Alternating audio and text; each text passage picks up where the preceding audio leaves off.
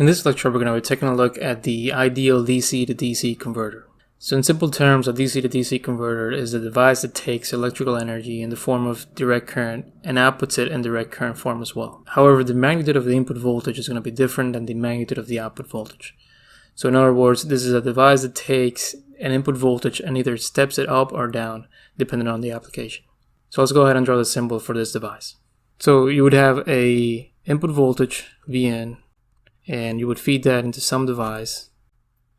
And so we're going to draw a black box for now, but in the next couple of lectures we're going to see what goes inside this black box. And then you have an output voltage Vout,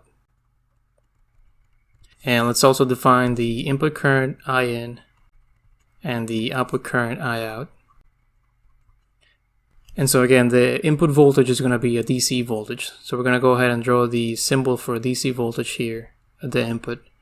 And the output voltage is also going to be a DC voltage. So we're going to draw the DC symbol right here. And let me go ahead and draw a pair of axes here. So if we say that the input voltage has a magnitude Vn, we'll draw right here. Then this device can either step the output voltage up.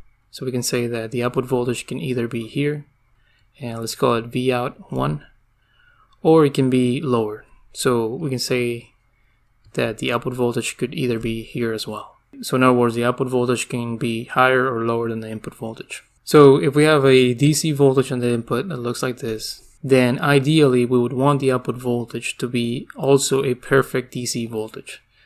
So they would be flat. However, we know that in real applications this is not achievable. So the output voltage would have some ripple. So it would look like this. However, again, ideally, we would want the output voltage to be perfectly flat. So we would say that essentially we would want the output voltage ripple, so Vout peak to peak, to be 0 volts. And remember that the ripple would be this right here. So if the output voltage was fluctuating, then that's what we call the ripple.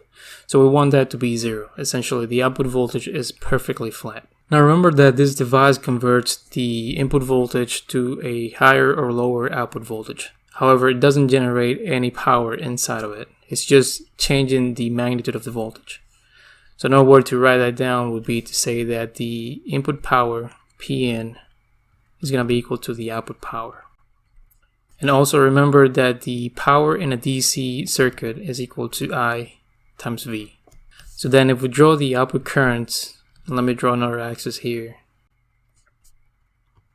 We'll say that the input current is right here. So In.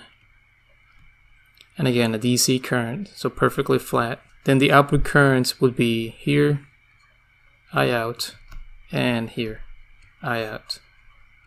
And for an ideal DC to DC converter, this would also be perfectly flat. Now from this equation right here, we can see that I is going to be equal to P over V. And remember that P stays constant. So the input power is the same as the output power. So then that means that the output current when the voltage is stepped up, so for this Vout 1, Iout 1 would be actually this one right here.